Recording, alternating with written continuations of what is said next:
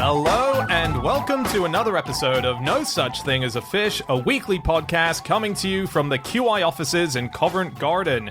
My name is Dan Schreiber and I am sitting here with Andrew Hunter-Murray, Anna Chazinski, and Alex Bell. And once again, we have gathered round the microphones with our 4 favorite facts from the last 7 days. And in no particular order, here we go. Starting with fact number 1, and that is Chazinski. Yep, my fact this week is that the inventor of the Venn diagram also invented a machine that automatically bowls cricket balls. Wow. Yeah, you can see how the two cross over, because the Venn diagram is circular. Well, there are circles in it, right? And the cricket balls are circular, I suppose. Yeah. So I think that's where he got the inspiration. So does that mean that you could draw a Venn diagram of cricket-related inventions involving balls in one circle and Venn diagrams in another circle, and then in the middle you've got this guy who invented both? So that's not a Venn diagram, because you've just fallen into the biggest Venn diagram trap that the internet ever creates, which is that really annoying thing where it has, as you've just said, this thing plus this thing equals John Venn. But that's not what a Venn diagram is. Is that a Euler diagram? No, it's not. It's a nothing. It's just a thing the internet makes up. Okay, do I really have to explain Venn diagrams? Yes, please.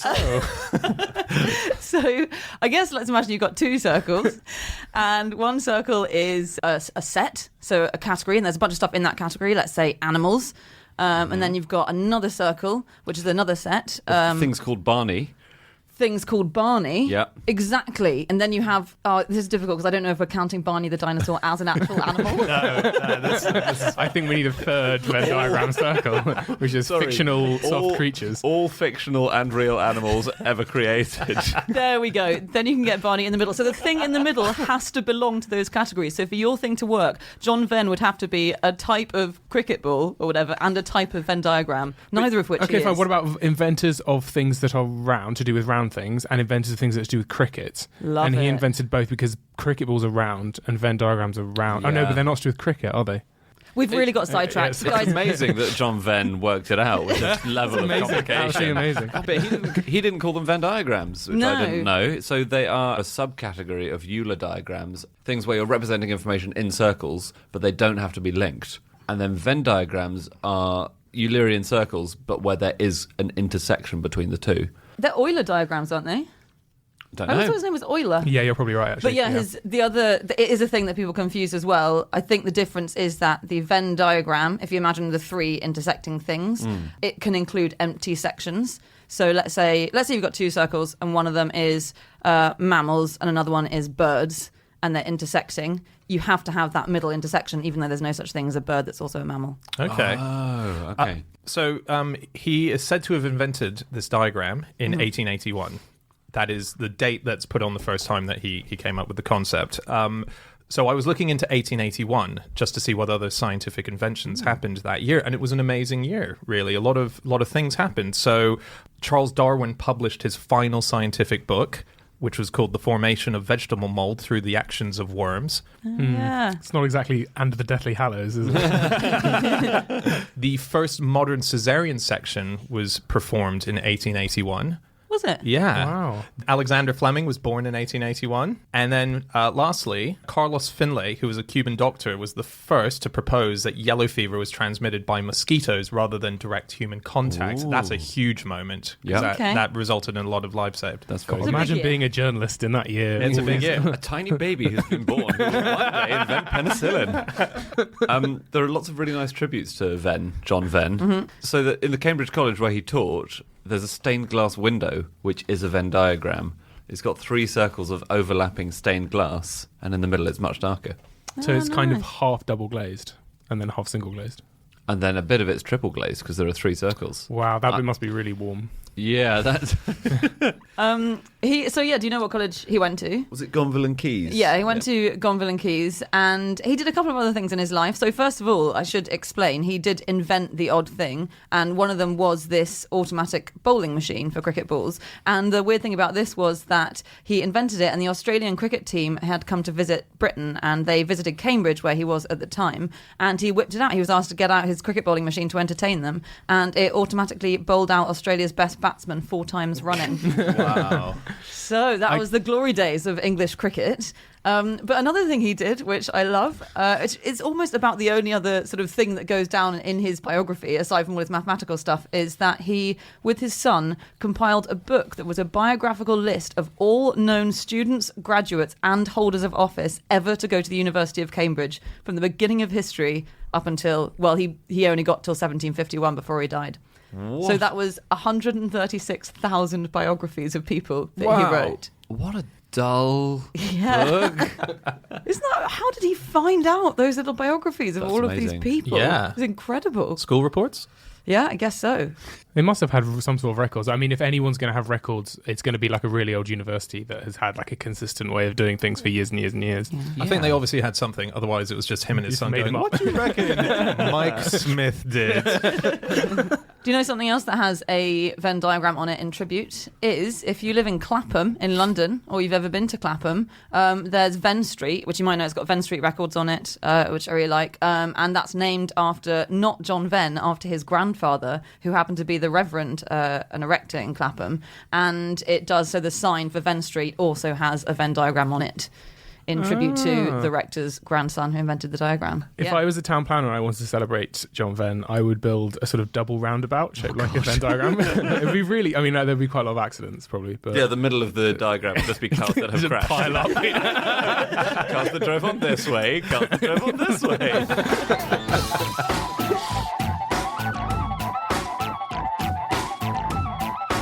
Okay, it is time for fact number 2, and that is my fact. My fact this week is that if you want to increase capacity on a cruise ship, you just simply have to cut it in half and add a whole new chunk of ship. That's done. It's so weird. Yeah, amazing. I've seen an amazing video of it. What they do is they take these cruise ships and they dock them and they just literally slice down the middle. It's obviously a spot where the original design says if you ever need to cut this into two, this is where it happens. What, is it like a sort of scissor symbol and a dotted line all the way around the ship? Yeah. And so they cut it in half and they separate it, and then they just insert the chunk that they would like to go inside and push as if it's the meat to a ship sandwich, close it up, and then it's ready to go and it's fully functioning. It's extraordinary. The first problem I have with this is that all the rooms in a hotel or a cruise ship are numbered, so you're going to get room like 17, 18, 18B, 18C, 18C, because otherwise they're not going to make any sense. I bet they just renumber the rooms. Yeah, you can just take the numbers off, can't you, probably? I'm you sure have they to make unscrew them, removable numbers. You do have to unscrew them, but they've got people to do that. In many ways, this is the smallest part of the operation. Yeah, it's true. But they Good point. rename the ship usually when they change it as well. I love it. The Queen Mary. Got to come up with something that fits on both sides.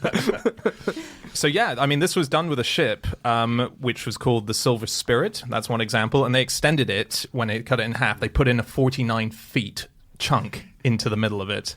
On the subject of cruise ships and slicing massive sections out of things, Disney own a lot of cruise liners, and they also have an island in the Bahamas. They bought it, and it's one of their destinations for their cruise ships. But it's sort of, like a very sort of shallow, sandy island with a lot of shallow kind of beach around it. So you can't get the cruise ship anywhere near to it. So it's not like a sort of a steep kind of cliff into the sea. So what they did was they basically cut out an underwater parking space for their cruise ships. They just dug a massive trench that goes up towards the island, so the cruise ship can just sort of reverse into it and go right up the island. Nice. And so if you look at it on Google Earth, there's just a kind of a rectangular dark patch of ocean right next to it. It's amazing. Weird. It's so cool. I'll post a picture on my Twitter feed. I found a cruise ship for Dan, Whoa. because we've been thinking of sending you away for a while. Thank you. So have you guys heard of conspiracy cruises? Dan's nodding, but he's not allowed to talk about it. Never heard of it. These are... I can't believe this exists. Go to their website.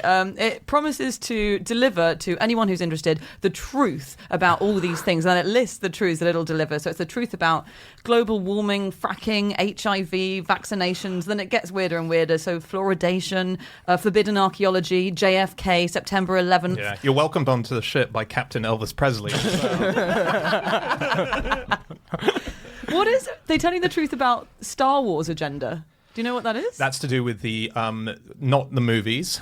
There was a President Bush, I think he was talking about it a lot, the idea of having satellites that were able to shoot down through the atmosphere. Basically I think. militarizing space. Yes, exactly. Got it. Yeah. Okay. Oh, God, imagine booking for the real truth about who Luke's father really was when you get there. Dressed as C-3PO. I think that person would get along perfectly well with everyone else on board. The good news is that you don't have to have any vaccinations before you go on one of these cruises. It sounds so weird. Where does it go? So it goes all over the place. They go to various places, I think. Bermuda Triangle. That's the one place it doesn't go. They're not crazy. Cost $3,000. Why do these people don't have this money? A Popular Mechanics journalist went on it because he said he read about it and thought it would be really fun and thought, you could go with some other kind of jokers and discuss stuff, and said it was terrifying. So everyone's really serious there, has taken it very seriously. He ended up being chased out of various conference rooms because I think they suspected him of something, having to flee down corridors from people chasing him and shutting himself in his room. They have, as well as conspiracy cruises, they have 80s music cruises. Oh, yeah. So they have whole cruises where just musical stars from the 80s perform. So there was a great write-up of one which mostly focused on Tony Hadley of Spandau Ballet. And he said, I saw an advert in the paper last year for music cruises. I couldn't believe it. There was Huey Lewis in the news, Pat Benatar, Crosby, Stills and Nash, and Alfie Boe. I phoned my manager and asked, why am I not singing at sea? He said, don't worry, Tony, I'm already on it. And this does happen a lot now, not just for 80s stars. So the band Weezer have a Weezer cruise, and they invite a lot of bands on. There's a comedy cruise as well. It's just a bunch of comedians would go off on this cruise, and they were the entertainment. that sounds like hell on earth. Yeah, it really does. I'd throw myself in. Actually, speaking of comedians, there's a really good story about a cruise ship comedian from 1991. Have you guys heard of MTS Oceanus, which sank in 91? No. So this was a huge cruise ship. It sank, and the captain and his crew were the first people off the ship when it sank, straight away. Bad form. They'd very bad form. They didn't even make an announcement over the tannoy saying really we've bad. crashed. That's a real faux pas, yeah. So the passengers heard this explosion on the ship. Nothing happened for ages. So they went to check where the captain was supposed to be, and he was gone. He'd left the ship unmanned, and all his crew had gone, and the only person left to save them was the ship entertainer called Moss Hills, and he saved everyone on the ship. It's this great story where he rescued the 571 people. So first of all, he worked out how to use a ship's radio to phone a mayday thing to say we're in trouble. A comedian, he's got microphone experience. Makes sense. Is this thing on? You ever been on a cruise and there's a massive explosion? Maybe it was. He just performed some comedy, and the people at the other end thought, God, we better save those poor passengers. But yeah, these helicopters came and lifeboats were used to rescue them, and he rounded everyone up and got them onto the lifeboats and organised it, and he and his wife and his fellow deputy entertainer were the last people off the ship. Do you know what happened? So I was looking up ship launching ceremonies. Oh, yeah. And these things happen with cruise ships as well. The first water to touch the ship is caught, sealed in a bottle, and then displayed in the captain's office. How do you catch... I don't know. What a great point. What if you try to collect the water and there's a fish in it? Do you think you tip the fish out, or do you then... Because that would be quite a good outcome, wouldn't it? Because at least you don't have this tedious bottle of water in your captain's office. Well, You've you got could a have little dead fish in there. A lovely little memento. The environmental damage your massive cruise ship does to the ocean. Oh, okay, fine. Not looking on the bright side, are we? Just you mentioned ceremonies. Yeah. I didn't know about the line crossing ceremony. Do you guys know about this? No. This happens on Is that when you all tell a sorts of really ships. inappropriate joke on a cruise ship? And everyone's like, no, mate. No, this is the line crossing ceremony. Is not that. It is when you cross the equator. But this is the thing that happens on a lot of cruise ships. They do this ceremony, and in the Navy they do this ceremony, and in also like in Merchant Navy they do this ceremony, and it's been happening since at least the early 1800s. And Darwin had it done to him, for instance. So on the Beagle, it's really funny to read his diary from there because he really looked down on it and was like, "Come on, I'm a bloody scientist. I'm not down for all this kind of banter." It was an initiation thing where he had to do lots of, as he described it, extremely disagreeable and unpleasant things. So there was a lot of simulating sex acts in the olden days and stuff, I think. Really? Yeah, and what you're told to do is, well, first of all, you get kind of, well, what happened to Darwin is he got battened down in the hatchways in the dark until he was super hot, and then you get dragged up by the crew, and you have to go to the court of Neptune. So it's basically you have to go to Neptune and be accused of your crime, and you're known as a polywog until you've past the equator successfully, and then you become, a seasoned traveller. And so Darwin was trapped down and then dragged up onto the deck, and then he had buckets of water thrown over him. He was blindfolded. He was made to stand on a plank above this huge bath of water, and then they tipped him in. He said, and he thought it was the actual sea because he was blindfolded. Oh, probably, yeah. And then he'd knocked off the boat. That's a funny trick to play. That is funny, yeah. On Walking the Plank, there's a Norwegian cruise ship which has a walk the plank experience. Oh, They make you walk the plank. Well, I think you volunteer to walk yourself along, and it's an 8-foot long plank, but you do it wearing a safety harness. Oh, okay, yeah. Yeah. What, so you just slam into the side of the ship? No trouble.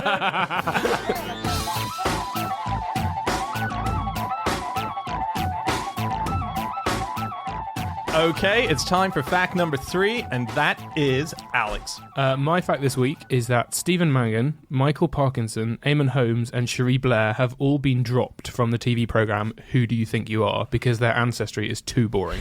Were they dropped mid-program? They were, yeah, pretty much. No, they were signed up to do it because the programme approached you and say, "Would you like to do the programme?" And you sign up and say yes and agree to do all of the things. And then they start researching, and then at some point they went back to these people being like, "Actually, you know what? Let's leave it because it's going to be rubbish." The good news is that their full stories made a new series called Who Cares Who You Think You Are?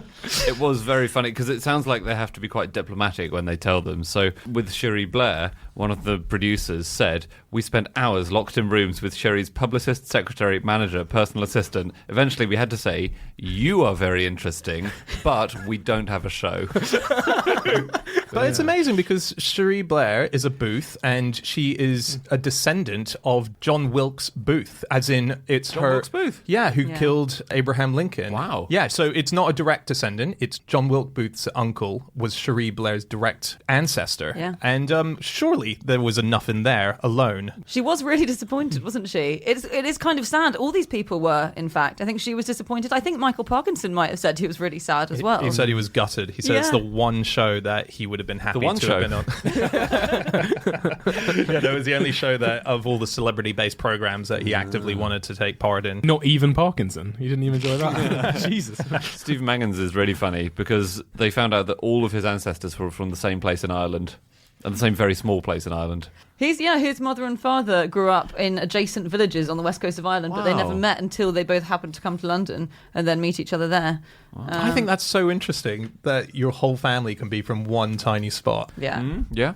I would love to see a program done on Japan's emperor, the imperial family in Japan, because they have a family tree that's traced back so far that it goes into mythological characters. At that point, I would say you've lost the trace. Yeah. Yeah, but they believe it in Japan. So it's a part of the official family tree, and it goes into, effectively, people who are up on clouds. and But where's the crossover point? There must be a crossover yeah, we know point. where it is.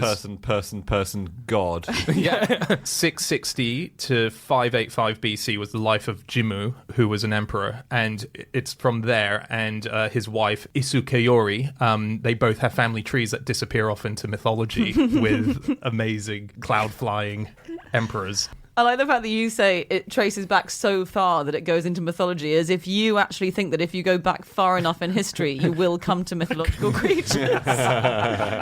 It'd be great to be the kids of my father is a thunder-throwing god and my mother is from Suffolk. And how do they meet?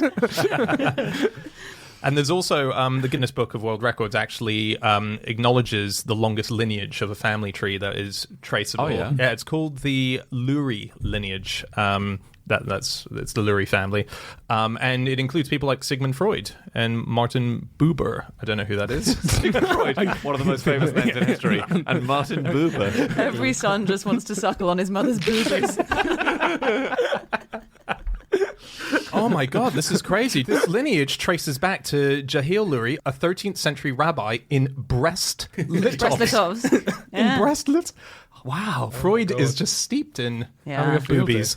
Although, of course, when you trace stuff back far enough, as we've said before, then you all unite around the same person. Like we're all related to Martin Buber. We're all Martin Buber's Aren't we all boobers at the end of the day? There was a lot of this mythology stuff in the past, wasn't there? As in, there was a theory that the British royals were descended from Brutus. Was there? Yeah, but Brutus, and it all dated back to the fall of Troy. Okay. That was the thing. There was a Brutus the Roman Brutus was descended, and not the Caesar Brutus, there was an earlier, more mythological Brutus, was descended from the people who left Troy, the Trojans, when they left after the fall of the city, and that through Brutus, that's how it descended to the English monarchs in the 15th and 16th centuries. Yeah, that was the myth. Well, Cherie Blair is related to Brutus. Junius Brutus Booth, the father of John Wilkes Booth, who was named after Brutus, from the play. Oh, really? And he was a very famous actor, and what's very interesting about him is that he also attempted to assassinate a president. Tried to assassinate a president? Well, he sent a letter to President Andrew Jackson. He demanded that he pardon 2 pirates, and he refused. And there was a threat of assassination if he didn't, and he got caught for it. But yeah, isn't that weird? His dad was attempting to, Well, like father, like son, you know what you grow up with. You're often influenced by it, aren't you? Just on Cherie Blair's family, Tony Booth was her dad. Yeah. Not a difficult one to trace back, obviously, but he was a famous actor. You have the discovery scene. Can't believe you didn't find out the Tony Booth thing, guys. It's right there. He was an actor who was famous. He was in Until Death Do Us Part and various other things. Weirdly, he had bit parts in EastEnders and Emmerdale, and he played the same character in both, which is a tramp who acts as a spiritual guide to one of the characters. Cool. Presumably the people who made... Which was it, Emmerdale and EastEnders? Yeah. Presumably the people who made, say, EastEnders saw the tramp giving spiritual advice to one of the characters in Emmerdale and thought, we've got to get this tramp. But do you know what other films he did, Tony Booth, which I didn't know? No. And it's just such a weird idea. It's saucy films, isn't It's it? such saucy films. So Really? he did the Confessions of series, which was in the 70s, and it was like Confessions of a Window Cleaner, which embarrassingly was the top grossing British film of 1974. Yes. And it's sort of comedy sex films. Yeah, a lot of boobas in there. Lots of boobas. Yeah. He was in all of these, Confessions of a Driving Instructor, and the plot is, as you would predict, a window cleaner goes around shagging lots of housewives and having threesomes and stuff. But he's on the other side of the window. That's the tragedy of the window cleaner, isn't it? Yeah, but he can drill a hole because they have... Drills, famously window cleaners. Do you want the windows just cleaned, or shall I do the drilling service too? Yeah, I could do with some air. The latch mechanism's broken, so yeah, drill through it, thanks.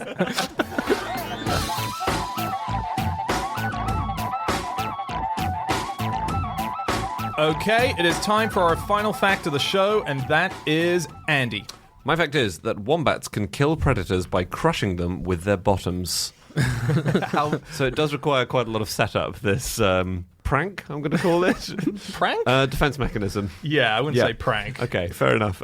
So there's an essay in the London Review of Books by a writer called Catherine Rundle, which is all about wombats, and it's full of very interesting facts about them. So, wombats have burrows. They dig lots of burrows, actually, and they have very, very hard bottoms. So we've mentioned before that sometimes they will plug the ground with their bums when there are predators around, and the predators won't be able to... Like a door. Yeah, like that a they can't door. get past, yeah. And so it turns out also that scientists have found shattered fox skulls inside wombat burrows. So if a fox follows a wombat into its burrow, the wombat will crush the fox's head against the wall of its own burrow and kill it. Very cool. It's very, very What a powerful way to bum. go. What a, I mean, yeah. Or the roof. Yeah, apparently with dingoes, they'll just slam them up against the roof. Incredible pranks. I'd love to see Harry Hill do the voiceovers for... You've been crushed. They're so good with their bums, though, because they can, like, it's classic QI fact is that wombats have cubic feces. Mm-hmm. And then I didn't even know this, they stack that. Like, they stack their poo. And it's supposed to be, scientists think it might be some sort of, like, status symbol to sort of put your poo in a high tower, which you can do because they're squares. Because they're square. Yeah. So they do up to 80 to 100 a day, or per night, rather, and they're for display purposes, effectively. So they don't want them rolling off rocks when they put them up on a rock for it to be seen. Well, it's to mark territory, isn't it? Yeah. To attract people. But it's a bit rough on the baby wombats, because wombats obviously are marsupials, and as we've said in a previous podcast, the babies face backwards in the pouch. And so what this means is they're always pooing. And the baby wombat's face is usually poking out of the pouch just below its arse, and is just shoved in this poo all the time. No. Yeah. As That's that not baby, good. you've got shit in your face 80 to 100 times a day. The head is just poking out, isn't it? Behind at the back of the mother. Yeah. But the weird thing is that they don't have cubic anuses. They don't have square anuses to produce the cubic poo. There's a mystery. It's not really a mystery because we know how they make it. Oh, we do know how they make it. We do know how they make it. So it's bizarre. It takes them 14 to 18 days to digest food. It's very, very long. So by the time it gets out of them, it's really compact and it's had all the nutrition taken out of it. It's very efficiently done. And they have ridges in the first bit of their intestine, which shapes the food as it's being digested into these cubic shapes. And then they also have special bones in their bottoms to keep the poo in the cubic shape. Wow. Yeah. It's like an inbuilt cookie cutter. Like It is. It's holding the... It genuinely is. In December, they do Christmas trees as well. It would be great if they could vary it like a balloon magician. But imagine if we could do... Not coming to your children's parties. She's booked the wombat again. What I like about wombats is you can see pictures of them where when the young wombat that's in the pouch is almost mature enough to leave, it's probably poking its head out and it grazes, so it'll be eating grass out of the back, and the mother will eat grass out of the front, and it just looks like it's a two-headed wombat eating grass. That's incredible. Wow. Amazing. You must have seen them, Dan, because you're Many Australian. times. Yeah. I've seen them in captivity. They're so beautiful. They're my favourite animal, I have to say. I saw one for the first time this year. Yeah, It was really? amazing. Oh, when we went to Oz, yes, of course. Yeah. And Australian zoos, apparently, they have the second highest danger rating. So the only things that beat them are lions and bears. And then as a zookeeper, the next thing you've got to be terrified of is the wombat. Oh my God. For a large guinea pig, it's quite weird. Yeah, and they run so fast as well. They Yeah. can run as fast as Usain Bolt. Faster. For longer. Yeah. Yeah. Well, I think they can run at 25 miles an hour, and his top speed is about 27. Yeah. But Usain Bolt can run at 27 miles an hour, give or take, for about, 9 seconds. Wombats can run at 25 miles an hour for 90 seconds. So Well- if they were trying to catch him, they would. We don't know whether or not Usain Bolt could keep that up for longer. That's just that's where he That's has true. to stop. No one's ever put him on a longer track. He's done a 200 meter, but that's a different discipline. You're running at a different pace there. That's a good point. So if he reaches if we just said just keep going when you get to the end, Are you saying you think he could run at that speed for a kilometre? well, a minute and a half would be, because that's what a wombat can do. Yeah. I'd be curious to know what his deceleration Would you? was. What you think he might just be choosing to run 200 meters a bit slower? Because never mind, I'll win anyway. I was hoping that we glossed over my theory, but no, thank you for there's bringing only- that back up. Yeah. I was looking up other animals that use their asses in interesting ways. Cool. There's a type of caterpillar called the skipper caterpillar, which does the thing called scat firing. So it's able to launch its poo out of its back end, kind of at high speed. Right. It was, I think scientists think it was genetically evolved as a way of just getting your poo away from you, just for hygiene reasons. Yeah. But it's also pretty good for shooting like wasps that come too near to you. Wow. Isn't that great? Yeah. No, so that it's know. like a paintball gun or something. Or like Exactly. clay pigeon shooting kind Yeah. of thing. Yeah. Wow. Imagine Poo wasp shooting. if we had evolved to be able to shoot pigeons with poo as they approached us. Yeah. I think clothing would have evolved differently It would have. to allow you easy access to a weapon. Yeah. Yeah. But it's amazing how it works. So poo comes out in pellets, and so they come out, and then they get sort of stored inside a special launch pad, an anal kind of launch pad, and then it pumps up the blood pressure, like when like in a computer game, we're like, and then and then kind of like launches it like a catapult. Wow. incredible. What? So they poo inside themselves and then Pretty much store it up yeah. for launch? into the like the what's it called, like into the chamber. Yeah. So you've got a false bottom, or you've got a Exactly, second bottom inside your first Yeah. bottom. Yeah. The first. They're all magicians. Wow. That's extraordinary. That's incredible. That's really amazing. So there was I rather like this. So there used to be a giant wombat which weighed 3 tons. It was about the size of a rhino, and it lived until really recently. So we think it only died out around the time that humans first reached Australasia. So there's a big question about who killed the giant wombat and whether it was us, basically. Okay. Sounds like it was us. It Yeah. does sound like it was us, but maybe it was environmental. Yeah. Maybe it was, climate factors or things like that. It was probably Yeah. us. It was Yeah. probably us who killed all the giant wombats. But they were alive until about 50,000 years ago. Yeah. So it's really recent that we had these things. As big as rhinos. As big Yeah. as right. Imagine that. That's crazy. But and their hindquarters were very developed for their size, so they had like like super anuses. Oh man, you could build a pyramid out of the squares coming out of that. Wow. Yeah. I did find a thread online saying, what if a marsupial had evolved into a horse-like creature? How would that have affected it? It was just a discussion forum saying, wouldn't it have been cool if we could have domesticated the giant wombat and used that in equestrian ways? Yes. But they are very hard to domesticate. And also, if you're they're extinct by 55,000 years. So I reckon we'd be overrun with them and living underground, and it would be a nightmare. riding them, presumably you'd have to face backwards because of the pouch thing, which I think would be quite difficult. Wait, are you proposing that you get into the pouch? I assume that's how you'd ride it, right? No, you get on it. No, you get on top of it. Do you think? Yeah. Well, what if it had a baby? It runs Joey on in the all fours. pouch? Yeah, that's a good point. Also, we've established you'd just be having like shit all over your face all the time. It's not ideal. No. Yeah. Is there an animal living currently that has a pouch big enough that a human could sit inside it? I don't of think living so. species. No. I mean, the kangaroo's probably got the biggest pouch. Yeah, the Yeah. kangaroos. Yeah. Even quite large kangaroos You couldn't can't fit a Yeah. baby in there. Speaking from You can fit experience, a baby into a Do you think kangaroo's so? pouch. Yeah. but they're gross and disgusting, and you wouldn't want to do it. We're talking about just, Theoretical stuff, yeah. Well, hang on, you have a baby. I have a baby. That's what I'm saying. You could definitely fit a human baby into a kangaroo's pouch. I don't think No, so. you could. The largest kangaroos that go into pouches are definitely the size of human babies. Actually, you're right. Babies are small, aren't they? No, you're Yeah. right. Joey's can be massive. Yeah. Joeys could be massive. They stay in there for ages. Yeah, you're right. Either way, I'm calling social services before you get a chance to try it out.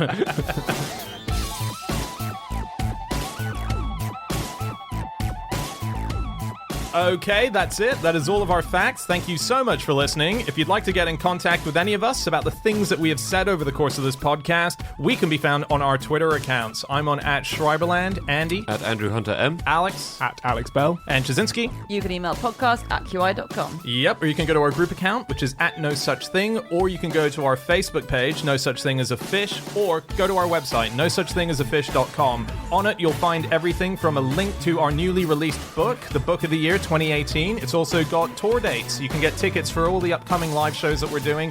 Has a link to all the previous episodes from our podcast, and it has anything else you might want. Photos, contact details, a behind-the-scenes documentary called Behind the Gills. It's an awesome place, and it was built by Alex, who's joining us on this podcast today. Thank you very much, Alex. Okay, we will be back again next week. We'll see you then. Goodbye.